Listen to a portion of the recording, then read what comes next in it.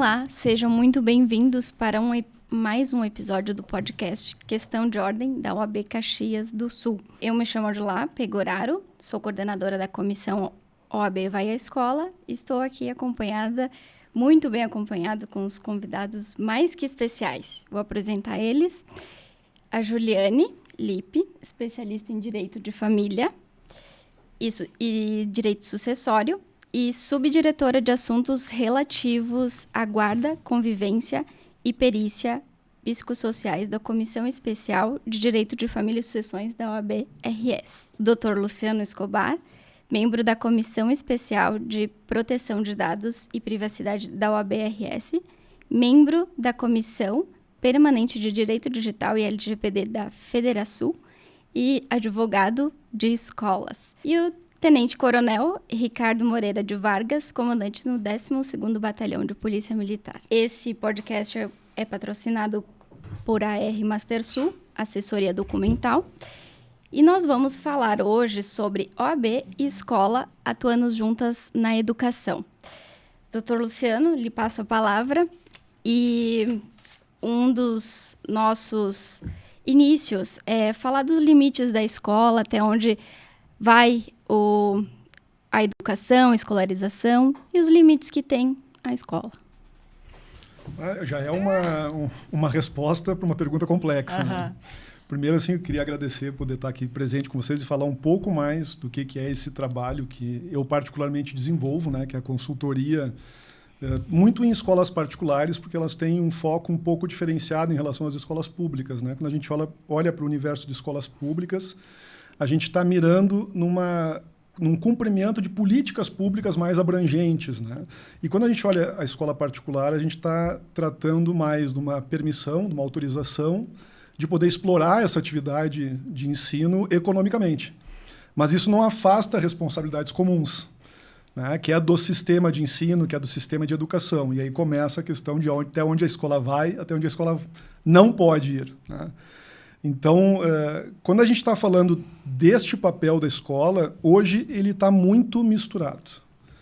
Misturado porque eu acredito que seja por falta de entendimento e de conceituação e principalmente de entendimento de responsabilidades. Né? Então, quando uma escola surge, ou quando se tem a obrigação constitucional do Estado de fornecer educação, de dar educação a todos, a gente está falando de formar o indivíduo tanto culturalmente, né, quanto socialmente. Então, a escola hoje ela tem um papel muito forte de escolarização, que é a gente olhar para a Base Nacional Comum Curricular, é olhar para a Lei de Diretrizes e Bases da Educação, para o PNE, né, para o Plano Nacional de Ensino, e dar conta daquilo que é dito para as escolas públicas e privadas que elas precisam ensinar os alunos. E aí tu tem um outro pedaço que é a educação. Mas é uma educação que a gente fala que ela é coletiva. Eu como escola, tenho um papel de preparar, de desenvolver aquele indivíduo, que ele já é em formação, né, por natureza, para que ele tenha condições de conviver em sociedade. Então eu trago para dentro da sociedade, da escola, aquilo que a sociedade já tem, já se comporta, né? Isso vem para dentro da escola pelo próprio estudante, pelas experiências familiares, pela vida que ele tem, pela educação familiar que ele recebe. E eu tenho a missão, então, de dar conta disso. E aí começa o meu problema.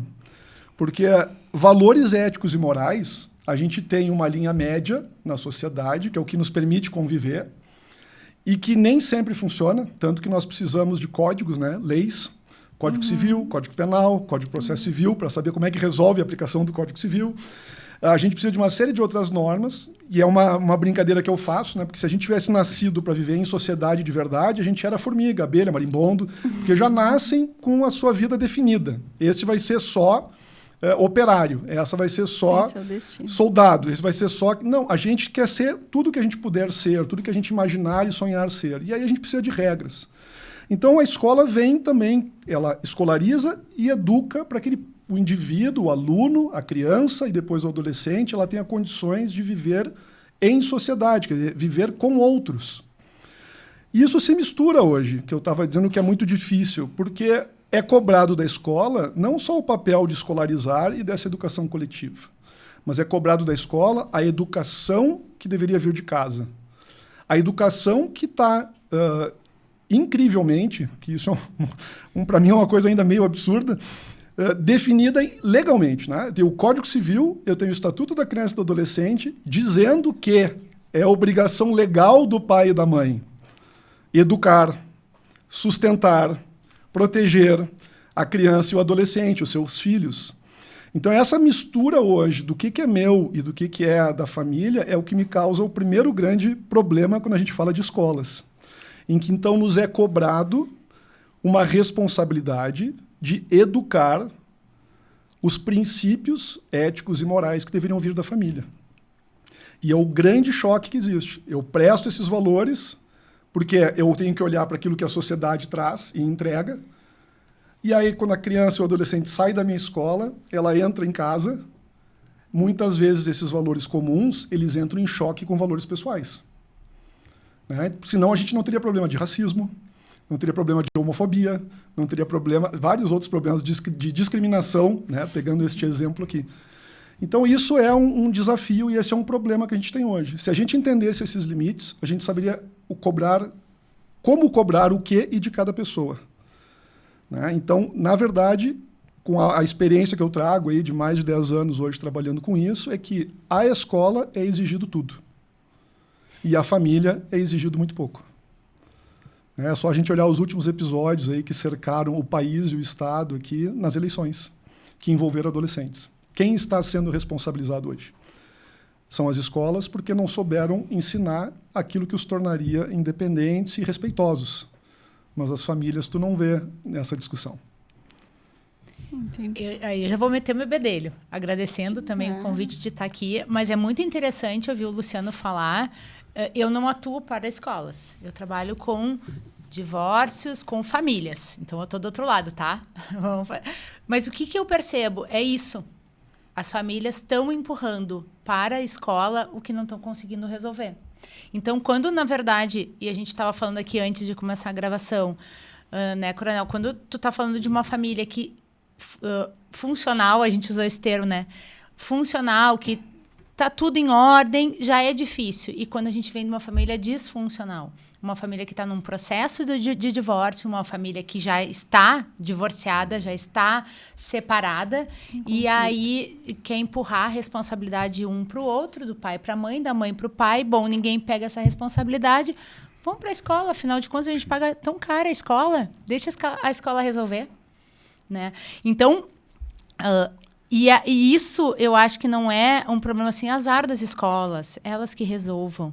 No momento que tu está jogando essa responsabilidade, tirando da família, tirando da sociedade, jogando para o ente privado, ou mesmo público, se a gente for falando de uma escola pública que tem menos estrutura ainda, né, Luciano? Não tem estrutura. Enfim, como é que tu vai esperar uma sociedade equilibrada? Porque a gente fala, né, nossas crianças são o futuro do nosso país. Então, assim, vamos cuidar delas. Então, a preocupação, e aí esse projeto da OAB, de OAB vai à escola, é exatamente disso, assim, da gente mostrar para a escola que a lei está do lado e que nós estamos do lado das escolas. Porque a gente precisa delas para a educação, a escolaridade. Mas... e aí, enfim, eu só queria dar esse à parte, porque é o que está acontecendo. A gente sente que as famílias estão jogando essa responsabilidade para o Estado, através da escola pública, para a escola privada, e assim, e não, né? Essa responsabilidade é nossa. Nossa, como operadores do direito, né? Nós, como instituição privada, a OAB, nós como pai, como mães, como avós. E aí, claro, aí entra mais um outro órgão que também auxilia bastante, né, Coronel? Perfeito. Olá a todos, nossos ilustres participantes aqui. A gente primeiro agradece o convite, a Brigada Militar se sente muito honrada aqui em estar nessa parceria com a OAB, porque nós precisamos realmente debater bastante sobre esse assunto. E como é bom a Ordem dos Advogados do Brasil estar com esse projeto assim, da OAB Vai à Escola, porque ele tem encontro também com as nossas ações dentro da Brigada Militar. A gente sempre tem a visão e o olhar de que a pobreza, ela por si só, ela não gera criminalidade, mas a pobreza, ela gera ignorância. E a ignorância, sim, a ignorância ela vai gerar criminalidade. Então a gente precisa ter sempre essa visão na segurança pública também, de que a prevenção primária que a gente pode fazer, ela está na escola. Porque muitas vezes você consegue, de forma, com o aumento da pressão operacional, baixar indicadores. Não é tão difícil assim baixar indicadores. E graças a Deus, nós, Brigada Militar, viemos baixando indicador em cima de indicador. A questão é como é que nós conseguimos alcançar para o cidadão, para a criança na escola, para a comunidade escolar como um todo, a sensação de que estão seguros, né? Então é isso que a gente vem buscando, trabalhar a prevenção primária. E lá na escola, quando a criança ela tem as primeiras referências no núcleo da família, quando ela começa a ter as primeiras referências de paternidade e maternidade, ali ela já está organizando todo o seu ser ali, como é que aquele ser ele vai ter os valores, a questão cultural. Nós somos acostumados no Brasil a ter leis, e os senhores e as senhoras que sabem, trabalham direto com legislação, e dentro desse arcabouço jurídico que tem, fazer leis é tranquilo, mas a questão é como é que elas vão ter efeito e aplicação, né? Porque numa sociedade, a questão da lei ser aplicada, e nós fiscalizando isso nas ruas ali, e aplicando essas leis, tu tem que mudar a lei, mas tu tem que mudar a cultura dentro daquilo ali.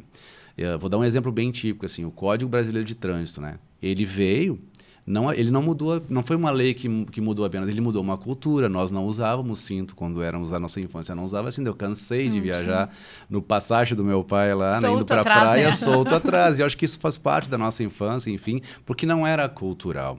Hoje, se eu entrar no carro e eu não colocar o cinto, o meu filho de 6 anos lá vai ser o primeiro a me chamar a atenção, né? Então, mudou a legislação, mas mudou a cultura. Eu acho que é isso que é importante quando a gente fala de educação. O nosso projeto OAB Vai à Escola, ele consiste em realização de palestras e debates realizados por advogados voluntários, né, que levam variados temas na sala de aula. Eu sei que a Brigada também tem um projeto dentro das escolas, que é o ProERD, né? Isso, nós temos um programa, né, de resistência, né, às drogas, prevenção da violência, assim, a gente tem essa preocupação muito forte com a criança naquele momento em que ela está saindo da situação de criança, indo para a pré-adolescência ali, porque é enquanto a gente tem que trabalhar essa questão dos valores ali.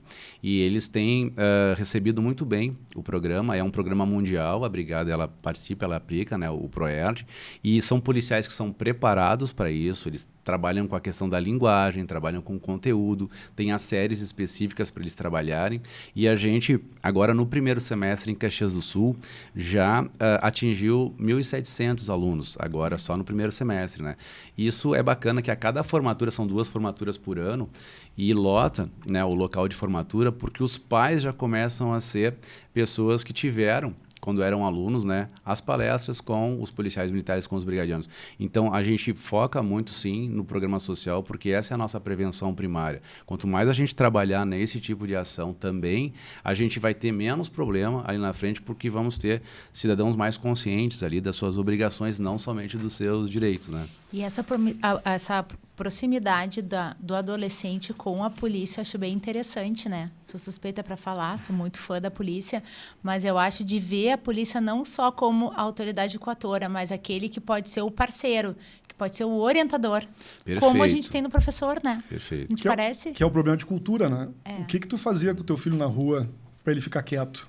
Olha lá, vou chamar a polícia. Se tu não te comportar. Olha o guarda lá. Começa, Deus mudou essa cultura. E vai criando essa questão, né? É. E a mesma, vou contar para tua professora, se tu não te comportar aqui, tu vai ver na escola. E aí a professora vira aquele bicho-papão. E é legal ver essa atividade toda da Brigada Militar, porque ela está fazendo frente a uma questão social, a um problema social, né?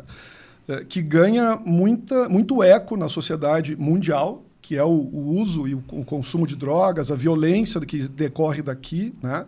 A criminalidade que fica impulsionada por isso tudo, mas a gente vê que, às vezes, parece que nós estamos remando contra a maré, né? É verdade. Porque não basta tu conscientizar sobre a problemática que é consumir ou traficar ou portar, né? Ou estar no ambiente da drogadição. Tu precisa de outras políticas públicas que se efetivem em relação a isso. Né, que complementem essa ação, porque senão nós vamos passar o tempo todo formando pessoas a respeito dessas questões, mas pouco elas vão conseguir fazer de diferente. E aí, quando tu olhar para frente, na verdade, tu vai ter um ou outro que vão se destacar. Né? E vão chamar a atenção. Isso vai te dar uma sensação de missão cumprida, claro, porque entre não atingir ninguém e atingir um ou outro, eu estou feliz porque eu atingi 1, 2, 3, 4, mas de 1000 e tantos. Né? E a gente olha para dentro, assim, eu estava ouvindo o coronel falando e me lembrei das certificações de entidade beneficente e assistência social que as escolas privadas têm. Né? Então, algumas, na verdade, as mantenedoras, elas se habilitam a isso junto ao MEC, lá, apresentando um rol de documentos, e ele identifica que elas têm os requisitos para ter este certificado. Então, o que esse certificado proporciona? Isenção da minha cota patronal. Qual é a minha contrapartida na isenção dessa cota patronal aqui? Eu tenho que oferecer uma bolsa de estudos 100% para cada 5 alunos que eu tenho pagantes. Ou, se eu não consigo fechar nesta conta, eu tenho que oferecer uma bolsa de estudos 100% a cada 9 alunos pagantes, e o que faltar para fechar aqueles 20% iniciais, eu ofereço em bolsas de 50%. Mas percebe que eu não vou pegar 100% dos meus alunos e 20 serão bolsistas e 80 serão pagantes. Eu pego 100% e boto mais 20%. E aí eu ofereço o quê? Eu ofereço a minha qualidade de ensino, a minha qualidade de educação. Porque o que o Estado está fazendo em letras miúdas, né? Como a gente tem uma cadeia de distribuição de receita aí, que vem da União, estados e municípios, que caem dentro do sistema de educação, né, para bancar, ele é insuficiente, o Estado, a União, ela acaba comprando essas vagas particulares. Né? Olha, eu te isento da cota patronal, mas tu tem que me oferecer bolsas assim. E eu ofereço o ensino. Então, pode pensar qualquer escola grande de Caxias, de Porto Alegre, aqui do estado, que tem um ensino de excelência. Né? Onde é que vai ter o problema? O problema é a discriminação do bolsista e do não bolsista? Não, não é. O problema é tu conseguir sustentar a aprendizagem daquele aluno bolsista. Porque o critério de concessão da bolsa, né, é que o aluno, para ter bolsa 100%, a renda per capita familiar tem que ser de 1,5 salários mínimos. E para ele ter uma bolsa de 50%, a renda per capita tem que ser entre 1,5 e 3 salários mínimos. Muitas vezes essas famílias só têm uma renda familiar de 1,5 salários mínimos ou de 3 salários mínimos, que tu dividindo vai dar menos de 1 salário mínimo por pessoa. Então, qual é o problema que tem aí? Ele não aprende. Ele não tem cognição. Ele já vem de um déficit, né? Porque ele não come direito. Porque ele não mora direito. Não tem espaço de estudo. Ele não tem espaço de estudo, ele não se alimenta, ele não tem um computadorzinho. Então, às vezes, a pandemia nos trouxe a tecnologia, né? Aulas remotas, aulas online. Aquilo que antes era exceção, hoje é uma grande regra para fazer chegar a educação em lugares que não chegavam. Foi uma evolução gigantesca. Mas essas famílias continuam compartilhando o mesmo celular para assistir uma aula. E aí vem outros perigos também, né? E vem outros perigos. Mas entende que assim, quando eu escuto o coronel falando, não, nós vamos lá, formamos, eles entendem tudo, porque essa é a realidade mesmo, eles estão nesse meio. Mas quando tu tenta entregar algo a mais, que é justamente o conhecimento, que era a parte complementar que o coronel trouxe, acaba faltando em uma certa medida. Claro, não são todos os alunos que usufruem bolsas que não vão aprender. Mas tu tem uma parcela importante nesse processo, que aí é a volta do começo da minha fala agora. O restante das políticas públicas necessárias para ter efetividade a essa minha certificação de bolsa não existe. No papel existe. Na prática, ela não se alcança. Vamos olhar a enchente. Quantas pessoas estão desabrigadas ainda? Quantas escolas de campanha não foram montadas ainda? Quantas escolas públicas, estaduais e municipais em Porto Alegre, na Grande Porto Alegre, não foram limpas ainda? Quantas famílias ainda estão desabrigadas ainda? Na casa de parentes ainda. Então, quando a gente fala de educação, né, e a OAB vai à escola, ou a polícia militar, o Estado, porque a brigada militar é o Estado, né? Quando ele vai à escola, a gente não está conseguindo chegar de uma forma efetiva e forte. Porque tu não vai... A mudança cultural, ela vai chegar nessas famílias, nessas pessoas, quando elas tiverem condições de sentir a mudança. Elas não são parte da mudança ainda. Elas não são agentes de transformação. Elas são um grande receptáculo da nossa intenção de transformar. A diferença de realidade que essas crianças vêm, que cada um vem. Tu entende? Uma aula, eu fiquei imaginando na prática, uma aula de história, né, em que fala de lugares da Europa, numa turma, que tu vai ter uma maioria que já foi à Europa, que já viu aqueles lugares ao vivo.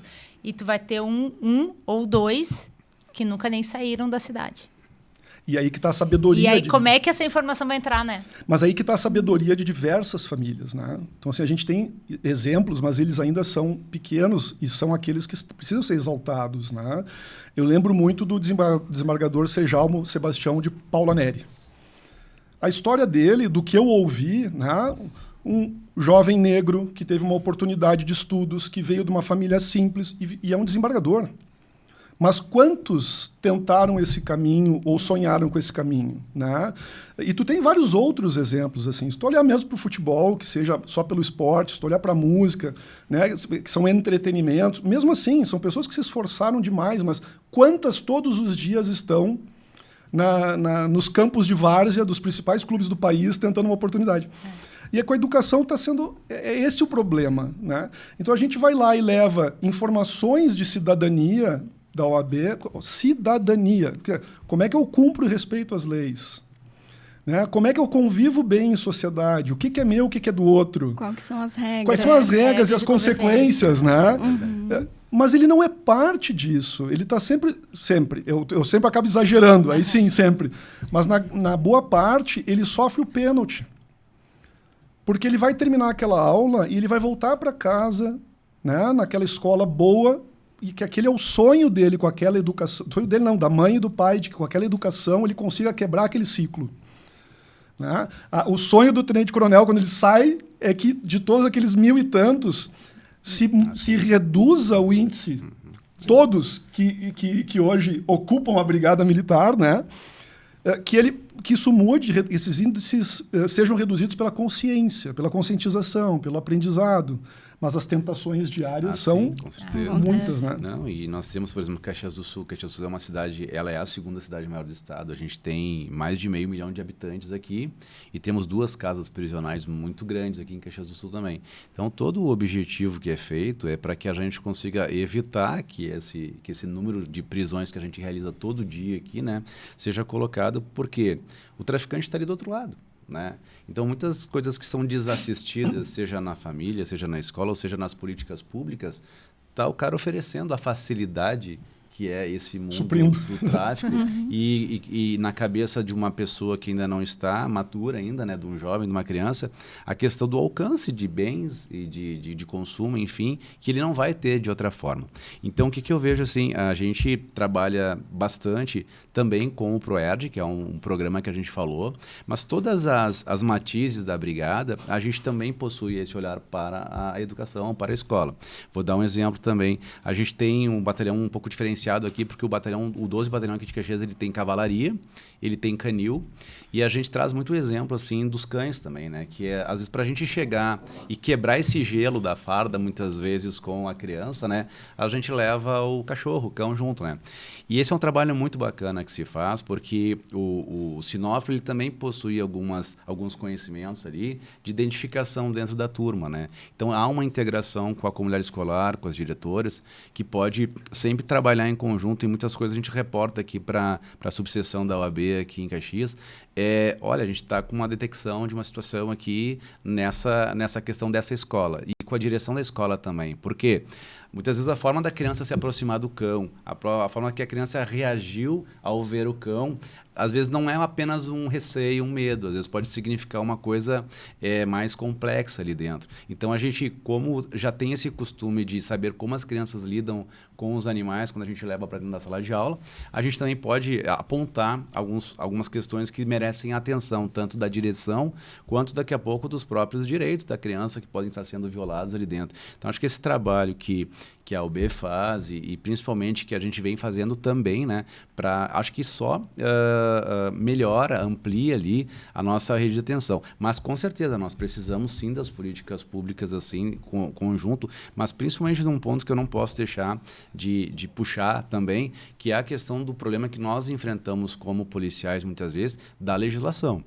Né? Nós temos uma questão muitas vezes que a legislação, e falaram do militarismo, do policial, como nós somos ostensivos na rua, a Brigada é uma polícia ostensiva e de preservação da ordem pública, nós somos uma face mais visível do Estado, vamos dizer assim, na rua.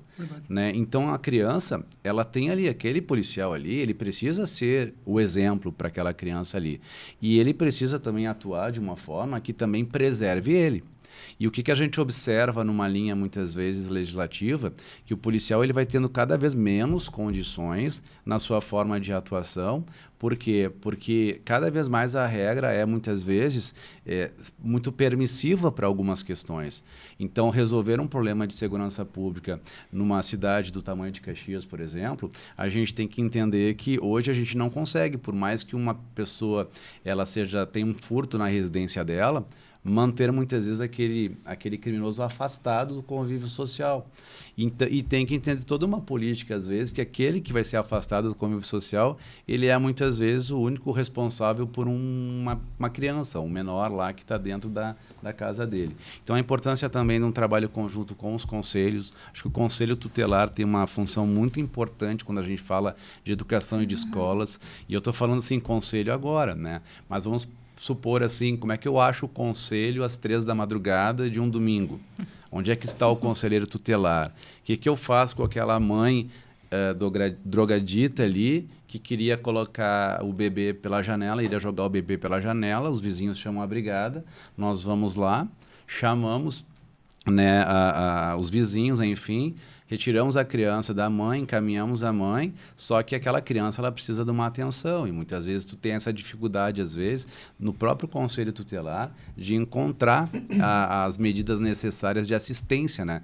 E como a Brigada Militar ela é residual, cada vez que algum órgão é incapaz de cumprir a sua missão, acaba sobrando, como a gente diz, para a Brigada, a gente precisa sim tratar seriamente essa questão da educação, que passa também pelo nosso atendimento diário de ocorrências desse tipo, como eu coloco aqui para os senhores. É verdade, isso é muito interessante quando o coronel fala, porque conselho tutelar, né? Se tu posicionar o próprio Ministério Público, que é aquele que a gente não vê, não é o de salas de audiência, né? O que está lá na parte das famosas Torres Gêmeas, em Porto Alegre, ali, que ele tem a Promotoria da Educação, a Promotoria da Infância e da Juventude. Se tu olhar a estrutura de funcionamento, em alguns casos ele só consegue agir, ou ele só pode agir, depois que tu já esgotou o Conselho Tutelar. E o Conselho Tutelar, às vezes, não aparece. Não, exatamente. Essa é a tem a ordem, né? Cara, porque é muito louco isso. Tu tá lá com um problema que não é teu. Ele não é de dentro da escola. Isso. Né? Tem um problema lá, vamos sair da questão das drogas, mas chegou pai e mãe separados e os dois querem levar aquela criança da escola, porque um diz que é o seu dia, o outro diz que é o seu, e estão quase que cada um puxando ela pelo braço num cabo de guerra. E é uma criança pequena, e que visivelmente tu percebe que ela está em sofrimento. Porque a escola tem psicólogos escolares, tem os educadores, os professores que enxergam. E aí, me ligam, o que eu faço? Entrego a criança para quem? O que eu faço agora? Nem para quem eu entrego. O que eu faço? Né? Eu digo, gente, a primeira coisa, vamos chamar o Conselho Tutelar. Porque se eu chamar a polícia, seja qual for, se eu pensar em polícia penal, polícia civil ou a polícia militar, é muita coisa que as duas já fazem para ter que estar lá mediando esse tipo de conflito e, às vezes, a presença, como ela não é bem entendida e bem vista, que era o que o coronel estava dizendo, ela acaba mais prejudicando, causando um problema, assustando. Né? Aí tu liga para o Conselho Tutelar.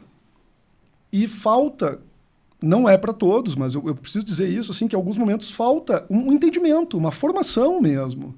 A gente precisa ter conhecimento, a gente briga, nós advogados, que quando é feita uma lei, quando é criado um processo legislativo todo, quem propõe a lei nem sempre tem a capacidade técnica suficiente para propor aquele troço. E aí nós estamos lá, lei que proíbe chupar pirulito em praça, lei que proíbe... que são aprovadas. Né? Lei de consciência de tudo que é tipo de coisa a gente tem, que é para lembrar que não tem que ter preconceito, mas nós continuamos tendo preconceito. E aí tu chama o Conselho Tutelar e o que ele diz? Ele vai lá e abre o ECA, que é onde está lá, Conselho Tutelar de suas atribuições, e ele é o quê? Ele é literal. Então, não tem aqui resolver problema com mãe e pai que querem pegar. Não é comigo. Isso é com o judiciário. Isso é com... Tem que chamar a brigada militar. Não, e muitas vezes o conselheiro, quando ele chega e como ele se apresenta para nós, chega a dar medo de entregar a criança para o conselheiro, porque... Não, eu falo porque a gente passa diariamente, assim, vocês sabem, vocês não sabem, claro. Mas a gente tem bastante ocorrências, tem muitas ocorrências, assim, em que a gente precisa da estruturação como um todo, porque nós também fazemos parte da segurança pública, mas a segurança pública, ela também não é só a polícia, né? Então tem toda uma estrutura, até da parte de estrutura de segurança jurídica ali, né, que a gente precisa trabalhar. Então esses casos que a gente coloca, e não é, obviamente que nós temos excelentes conselheiros tutelares, mas assim, claro, nós infelizmente precisamos o quê? Também ter atenção para essa estruturação toda, porque aquele bebê, aquela criança, ela também precisa de assistência, né? E teve momentos em que a gente teve algumas dificuldades, assim, porque a gente também vai até um determinado momento fazer o nosso serviço, mas a gente precisa dessa estruturação. Então, aqui a gente percebeu algumas dificuldades também, já conversou, já ajustou algumas questões, mas voltando nessa questão da escola aqui, a gente, na rede escolar aqui da cidade de Caxias, a gente percebe esse fácil acesso do Estado, do policial, essa receptividade por parte da comunidade escolar e principalmente agora também já mudou bastante aqui a relação em relação ao atendimento dessas ocorrências.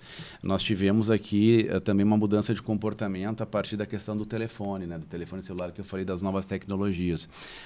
Hoje, qual é o poder que uma professora tem dentro de uma sala de aula de retirar o celular de um aluno? Muitas professoras se sentem também, às vezes, desempoderadas de corrigir o aluno ou de evitar que o aluno comece a usar o telefone. E no momento em que a gente coloca ali, e a gente fez uma reunião assim com um determinado núcleo de professoras aqui, durante a reunião que a própria OAB estava também, e foi bacana que a doutora Ana, que é a presidente aqui, também estava junto, e então a gente colocou a pergunta para os professores: o aluno pode estar com o celular em sala de aula? O que a senhora faz se o aluno estiver desatento com o celular em sala de aula? Então não havia nenhuma uma linguagem única entre elas, né? Elas realmente, umas acham, eu posso tirar, eu não posso tirar. Então, esse é o tipo de questão que, na verdade, teria que vir da família, né? Ou seja, para que o meu filho, a minha filha, dentro da sala de aula, né, durante a aula, vai precisar estar usando aquele aparelho? Se é para uma atividade escolar, por uma questão de pesquisa e tal, é óbvio que a tecnologia ela vem para ajudar. Agora, muitas vezes, ela também vem para tentar fazer com que a gente consiga, dentro da família, da escola, dar os limites. Porque se os limites não forem dados naquele momento ali, infelizmente, aí vem o Estado. Infelizmente, aí vem a polícia, né? A gente acaba tendo, muitas vezes, que dar limites que deveriam ser dados lá em momentos anteriores, nessas fases anteriores aí. Mas olha só, esse troço do celular, ele é fantástico, porque tu pega o seguinte... Quando tu começa a falar de proibir o uso de celular, quais foram os primeiros problemas? Eles eram as gravações e filmagens dentro de sala de aula, expondo os professores com uma imagem distorcida do que realmente estava acontecendo. Então, a gente viveu períodos assim, muito complicados em que professores eram filmados fora de um contexto de sala de aula, fora de um contexto daquela sala de aula, desculpa, havia um recorte daquilo e ele era daí execrado em praça pública como sendo isso ou sendo aquilo. Né? Então, a primeira noção e necessidade de tirar o celular é para impedir que tivesse esse tipo de problema, que estava o quê? Afetando não só a liberdade de ensino, quanto a liberdade de conteúdo, a famosa liberdade de cátedra, né? Mas a possibilidade de o professor dar a aula em paz, tal qual ela está estabelecida em legislação, né? Legalmente. Depois começam os outros problemas, a dependência, O celular como sendo a droga, né? Porque a gente tem que entender hoje, e nós estávamos conversando isso, qual era o problema da nossa idade? Da nossa geração. Da nossa geração. Cocaína, maconha, heroína, crack, hashi, o que tu imaginar de droga que tu pegasse e jogasse para dentro do corpo para te dar um barato. Álcool, cigarros legalizadas, né? Agora, a evolução é tecnológica e muito grande, muito rápida. Qual é a droga do momento? Tu tira álcool, tira cigarro, bota vape. Sabe quem é que criou vape? Uma startup. Sabe quem é que impulsionou essa startup? Philip Morris. É uma delas.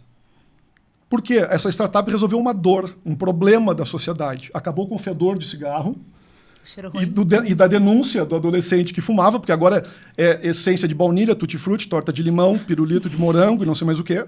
Só que tu não sabe o que tem dentro daquela porcaria e o troço é zilhões de vezes mais potente em termos de estrago, né? E digo assim, ó, parênteses, né? Para tu chegar a uma conclusão científica de que o cigarro de fato era cancerígeno e tudo mais, foram mais de 10 anos. O vape chegou agora. Nós vamos levar os mesmos 10 anos para ter essa conclusão? Provavelmente sim, porque isso é fruto de um protocolo científico. Né? Mas aí já mudou. Já não é mais um vapezinho. Então, essa é um problema. E qual é a outra droga do momento agora? O celular, gente. O celular é droga. Para algumas pessoas é droga, é dependência química. Não consegue levantar da cama sem pegar e dar uma zapeada. Ele tem que postar alguma coisa e esperar a curtida. Se for umas coisas boas ali, o corpo enche de endorfina, ele levanta realizado da cama. Se ninguém curtiu, depressão geral. Não existe uma pessoa em rede social que poste a vida como ela é. É sempre felicidade. Então tu olha o teu colega de sala de aula, só coisas boas. E a minha vida que é uma desgraça. Porque eu brigo com a minha mãe, eu brigo com o meu pai, eu vou mal na prova. Né? Porque a vida de todo mundo da porta para fora é uma propaganda de margarina. Todo mundo feliz, sorridente. Mas este é o nosso problema de agora. Aí então começa a fase 2 do celular na sala de aula. Vamos proibir, porque está afetando a cognição. Já tem estudos que estabelecem uma dificuldade, não vou dizer perda, mas uma dificuldade de capacidade cognitiva em crianças e adolescentes hoje por causa do excesso de tela. Né? Tu tem a maior geração de míopes, a maior geração de crianças e adolescentes com problema de coluna, né? E de todas as outras deformidades aí que o celular traz, psíquicas. Né? Então aí vem a maior proibição. Só que olha de novo onde é que a gente está, que aí eu vou chegar onde o coronel falou. A escola não sabe se ela pode ou não fazer isso. E aí vem o Estado regular uma coisa dessas. Por quê? Por política pública, por uma questão de saúde pública. Em outros estados, e aí eu me refiro a outras nações, pegar França, Alemanha, Itália, que tem leis proibindo isso. Por quê? Porque o ensino lá é público na sua predominância. Os Estados Unidos, o ensino é público na sua predominância. Quem vai para a escola particular nos Estados Unidos, via de regra, né, é quem não conseguiu uma vaga na rede pública. Olha que louco. Inverso. Né? E aqui não, aqui é o contrário. Então lá faz sentido ter lei. Aqui, se tu olhar para a escola pública, faz sentido ter lei. Mas como nós estamos falando de sistema de ensino e ele engloba o público e o privado, a lei acaba atingindo os dois. Mas se eu estou na escola privada, ela tem autonomia administrativa para decidir se pode celular em sala de aula ou não. Só que ela não consegue, porque o peso familiar é muito grande. Dos pais, né? Dos pais. Como é que eu vou fazer? Eu não sei mais onde é que ele está, como é que eu vou falar com ele? Eu disse, cara, mas tu bateu o crachá, ele entrou na escola e ele não saiu ainda. Onde é que tu acha que ele está? Foi abduzido? Né? Não, ele continua lá. A gente ia para a escola sem celular, né? Celular. Se os pais precisavam falar com a gente, ligavam para a secretaria da escola e funcionava. E isso tudo, aí a OAB vai à escola, né? De novo, e a educação, porque houve uma perda de espaço e de reconhecimento do que significa a escola. A escola não é mais só o lugar de aprender. A escola não é mais o lugar de ensinar. A escola não é mais o lugar onde eu levo meus filhos porque eu escolhi aquela escola, porque a comunidade daquela escola me faz bem. Eu levo hoje meus filhos na escola e eu tenho valores de anuidade escolar tão caras, né, que é para o ano todo, divide em 12, porque eu exijo que a escola cada vez mais trabalhe o meu filho para ele ser competitivo. Porque ele tem que passar uma boa nota no Enem. Porque agora é universalizado o acesso à escola pública, à universidade pública. Então, a nota do Enem vai permitir que ele venha de qualquer lugar do país ocupar uma vaga aqui na Federal. Né? E o vestibular em si, ou para ele aplicar lá fora. Para ele buscar uma universidade lá fora. Perfeito. Então, eu não estou educando mais, eu não tenho mais escola. Aí o professor não sabe o que ele é. Porque se ele resolve pegar o celular do aluno, tem 87 pais na porta da escola depois para recriminar a atitude dele. Porque quem ele pensa que é para tirar o celular do meu filho dentro da sala de aula enquanto ele está dando aula? Olha a maluquice, tem pais cara. que defendem essa postura. Tu entende? E não é, esses são a maioria. Estes são a maioria. Sabe? A gente já enfrentou esse negócio, mas eu quero que ele use, eu tenho que localizar ele, enfim, esse tipo de coisa. Mas Precisa não ter durante a aula, né? Porque ele está no colégio, ele né? Ele está no colégio, a gente sabe, e principalmente hoje em dia que a gente estava conversando antes, o número de informações que geram uma fotografia, uma localização e o número de questões que afetam a segurança daquela criança, inclusive, muitas vezes, né? Então, para os dois lados tem que ser avaliado. E a família precisa fazer essa avaliação. E muitas vezes se passa essa responsabilidade para a professora, na sala de aula. Porque enquanto tu está na sala de aula, tu tem que estar olhando para frente para a professora e não para o celular, né? Teve uma escola em Porto exatamente. Alegre que tirou, tá? Uma escola particular que tirou. Fez um teste já há uma semana. Aumentou a participação em sala de aula, aumentou a concentração, melhorou o resultado. Com os filhos em casa a gente faz isso e percebe a melhora, Muda. tranquilamente. Mas aí é que tá. E eu vou te dizer, o maior aumento que houve de ocupação do pátio no recreio. Na hora do intervalo, claro. Vocês conseguem entender? A Interação. escola A interação está social. perdendo espaço de ocupação de pátio. Hoje, se uma escola pegar e construir um prédio em 30% do pátio que ela tiver para o recreio, Não vai eu acho fazer que não está falta. perdendo nada. Porque eles estão tudo socados na sala de aula no celular, jogando. Mas aí vem aquilo que a gente também estava falando. A criança não quer abrir mão do celular na escola, mas porque ela também não abre mão dentro de casa. Porque não tem um limite. É tão mais fácil tu deixar o filho ali no celular e aí tu poder fazer as tuas coisas, tu poder ir trabalhar, tu poder cuidar de alguma coisa da casa. Quem é a babada aí? O celular? O celular, exato. É. Então na escola eu repito o que eu tenho em casa, muitas Exatamente, vezes. Né? E tu olha, isso é em todo lugar, né? Eu saio com a minha família hoje para almoçar ou para jantar no final de semana. Olha numa mesa Aí do cada lado. um pega o seu celular e diz, tá, vamos montar o grupo então de WhatsApp almoçando em tal lugar. Aí que todo mundo guarda. Aí eu digo, olhem para os lados. Uma vez eu estava com a minha filha, nós saímos para jantar, eu e ela, porque o meu filho estava num outro lugar, minha esposa estava trabalhando, eu saí eu e ela para jantar, para comer uma pizza. Sentou do meu lado um pai e uma filha. Eles não se olharam a janta toda, porque estava ele aqui, ó, com a cabeça baixa e comendo a pizza, e a guria na frente dele com a cabeça baixa comendo a pizza. Que coisa horrível. Não conversaram, cara. Então, assim, o celular hoje é um pedaço que as famílias colocaram para dentro de casa como uma fonte de solução de um problema. Se eu quero almoçar em paz com meu filho pequeno, eu dou meu celular escorado no copo de Coca-Cola vazio que eu estava tomando. Aí eu consigo comer e ele fica lá, hipnotizado no celular.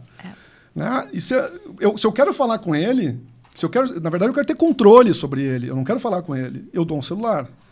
Porque eu brinco isso nas salas de aula. Imagina isso num casal separado, divorciado. Divórcio. Que ele não quer ter que ligar para a ex-mulher, ela não quer ligar para o ex-marido, ela quer ligar direto para o filho. Então ele pode ter 5 anos, ele vai ter um celular. Porque eu quero falar só com meu filho.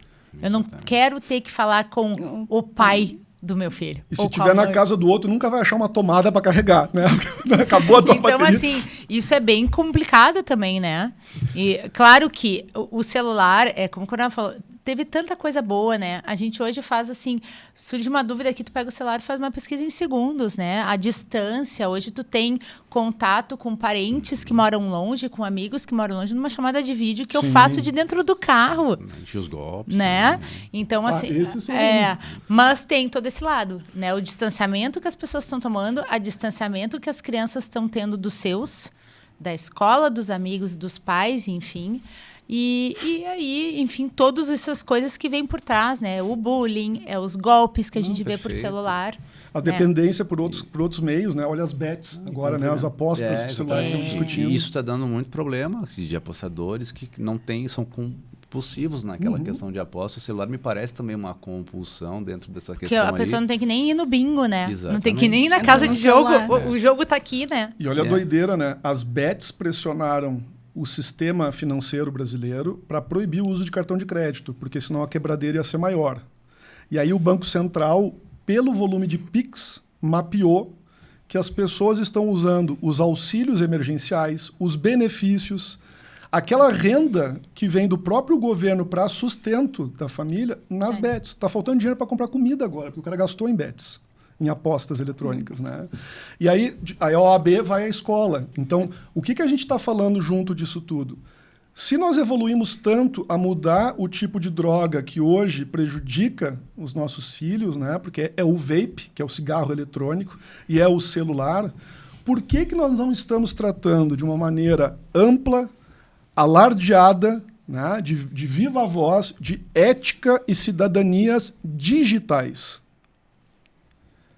Porque tu tinha até pouco tempo uma realidade aumentada, que eu nem me lembro agora qual era, que funcionou pouco, né? Não se viu muito agora, mas ela vai voltar com força aí em algum momento. Não estavam fazendo casamentos em ambientes virtuais de realidade aumentada? Não estavam comprando imóveis virtuais, compra e venda, de verdade, fazendo negócios em ambiente de realidade aumentada? Então, onde é que está essa discussão?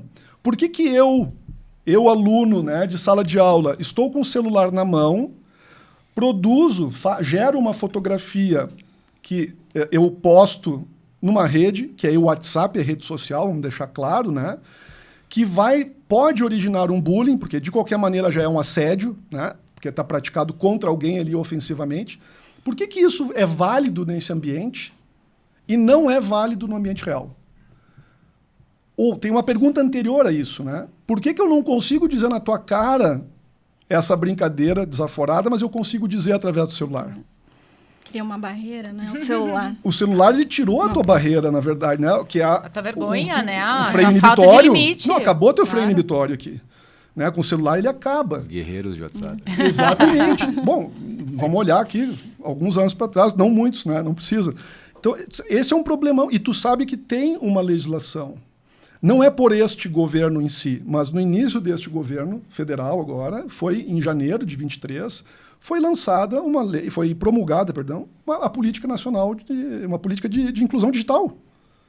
E ela está lá, escrito, que eu tenho que ensinar para os alunos nas escolas noções de hardware, ou seja, equipamentos eletrônicos, software, que nada mais é hoje que apps, né, se nós formos falar assim, e proteção de dados, de acordo com a Lei Geral de Proteção de Dados. Porque o que as escolas faziam na nossa época, né, Coronel? Tu tinha o cara na portaria e tu só tinha aquela porta para sair. Sim. O muro era Controle, alto, né? Tu não pulava. É. Tu não pulava, o muro era alto, tu estava preso lá dentro. Hoje eu não preciso me preocupar em pular o muro. Se eu estou com o celular, ou estou jogando informações para fora do muro, ou estão coletando informações minhas dentro da escola. Ou a própria escola não está sabendo fazer a coleta e o tratamento de dados, porque não tem um projeto de adequação funcionando. Não tem um processo hoje que monitore tratamento de dados, porque a escola trata dados de criança e adolescente pra caramba. Olha, e quando eu digo pra caramba, pense naquele nome, aquele palavrão, assim, que é para tu entender do quanto eu estou falando. E elas não são poucas as que têm essa noção já. E isso é muito mais do que tu tá perdendo dados. As informações que tu tem ali, que sempre foram utilizadas pela escola, qual era a fundamentação pedagógica? Eu preciso saber como é que está meu aluno, se ele está aprendendo, se ele não está aprendendo. E hoje tu tem uma potencialidade de fazer isso instantaneamente. Tu pega esses dados de uma plataforma educacional, dentro de um sistema que tu tem, e ele diz na hora. Só que ele perfila o aluno muito mais gravemente. Porque aí tu sabe quem aprende, quem não aprende, quem é bom nisso, quem é mal naquilo. Então, se essas informações saem ou são utilizadas de uma maneira inadequada, o dano é muito maior. Que é daquela parte que o coronel estava falando, da chegada do celular, né? As pessoas não entenderam ainda que todos nós temos um dever de guarda e vigilância. Perfeito. Frente a crianças e adolescentes. E se eu não tenho poder dentro de casa para limitar o uso do celular do meu filho, como é que depois a polícia vai ter algum tipo de influência dentro da conduta daquele cidadão? Limitar e orientar, né? Limitar, porque tu não precisa limitar apenas, exatamente. Mas tu tem que orientar claro, o uso. É porque ela só vira repressora daí. E aí ela fica mal vista. Vamos tentar entender. Essa tua rede social, quem é essa pessoa? Por que tu postou isso? Isso tem que fazer parte. Eu estava numa palestra feita para pais. Pais de escolas. Olha só, gente, vocês têm que olhar o WhatsApp. Devem É um dever legal olhar o WhatsApp. Clima de casa dos pais. Aí um levanta... Mas eu vou invadir a privacidade do meu filho. Eu disse, tudo bem. Entre 2 direitos fundamentais, prevalece aquele... Né, os 2 princípios, permanece aquele que tu tem maior carga obrigacional ali. Tu tem maior dever. Porque a privacidade do teu filho e o teu dever de guarda e vigilância para um desenvolvimento... Vale mais. Vale mais. A proteção integral da criança e do adolescente, como é que ela se dá? Como é que é a rede de proteção? Estado, família e sociedade. A escola é Estado. A polícia militar é Estado. A família está também na sociedade. Né? E aí os caras acham que não tem. É aquela história de passar por um acidente de trânsito e não fazer nada. Tu não precisa ser médico para ser acusado de omissão de socorro. É só não parar para chamar o socorro. Então, quando tu enxerga uma criança exposta a uma situação de risco ou de potencial risco, tu tem o dever de agir. Né? Tem o dever. Tanto que surgiram aqueles memes agora, uns filmezinhos, que o cara aparece assim, olhando para todos os lados, calma, meu filho está de férias em casa, não estou matando ele, não estou surrando ele, porque está aquela criança hiperativa aos gritos dentro de casa, para todo mundo entender. Mas é isso que tem que ter. E isso foi tirado da escola. Porque os professores não sabem hoje mais, eles perderam esta identidade. Perfeito. Até onde ir. Exatamente. Receio de agir, né? Exatamente. Esse é um problema. Acho que todo mundo que tem filho aqui já foi no cinema, assistiu Divertidamente 2 ali, Sim. né? Então, também o efeito que esse aparelho também acaba fazendo com a ansiedade dessa geração, né? Porque é uma geração muito mais ansiosa. E eu não sei como é que eles vão resolver os problemas de trânsito, porque o trânsito está cada vez mais caótico. Então, vocês vão ter que ser muito gênios, né? Porque vocês são ansiosos, vocês não sabem acabar uma instalação de um aplicativo, muitas vezes acham que está demorado. Nós somos da fase da discada. Imagina a sinaleira. Então, assim, a gente precisa trabalhar, eu acho, também em outros setores. A psicologia vai ter um mercado muito grande com essa geração também, para essa questão da ansiedade. Mas isso também influencia bastante depois no comportamento, né? Claro. Estádio de futebol, por exemplo, é uma questão. A gente falou do exemplo como policial, mas o exemplo como pai, como mãe também. A gente, nessa psicologia das massas, os eventos em maior número de pessoas, eles revelam muitos perfis ali, né? Então, a revelação de um pai que é tranquilo e tal, dentro de casa, muitas vezes num estádio de futebol, ele tá e muitas vezes está com o filho do lado, né? Então, o cuidado que se tem que ter sempre com o exemplo, não apenas da autoridade, do policial ali, mas também da conduta do pai, da mãe, da família ali.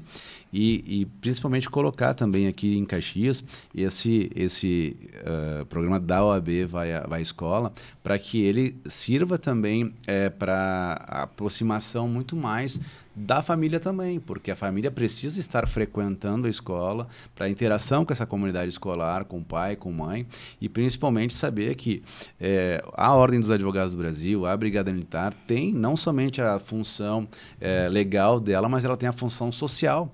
E a função social nossa, a gente também...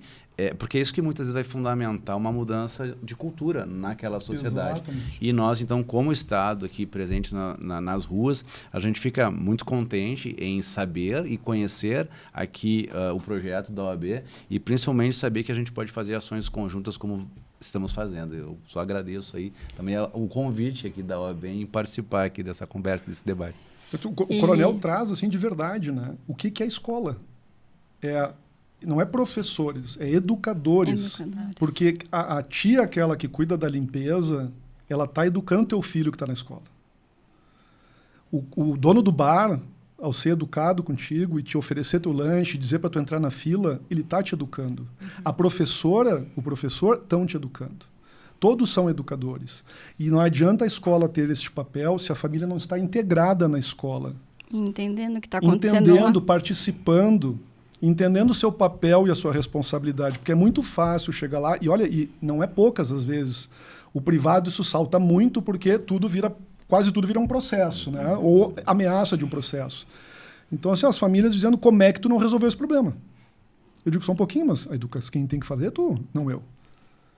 Então, isso é grave. Isso é grave.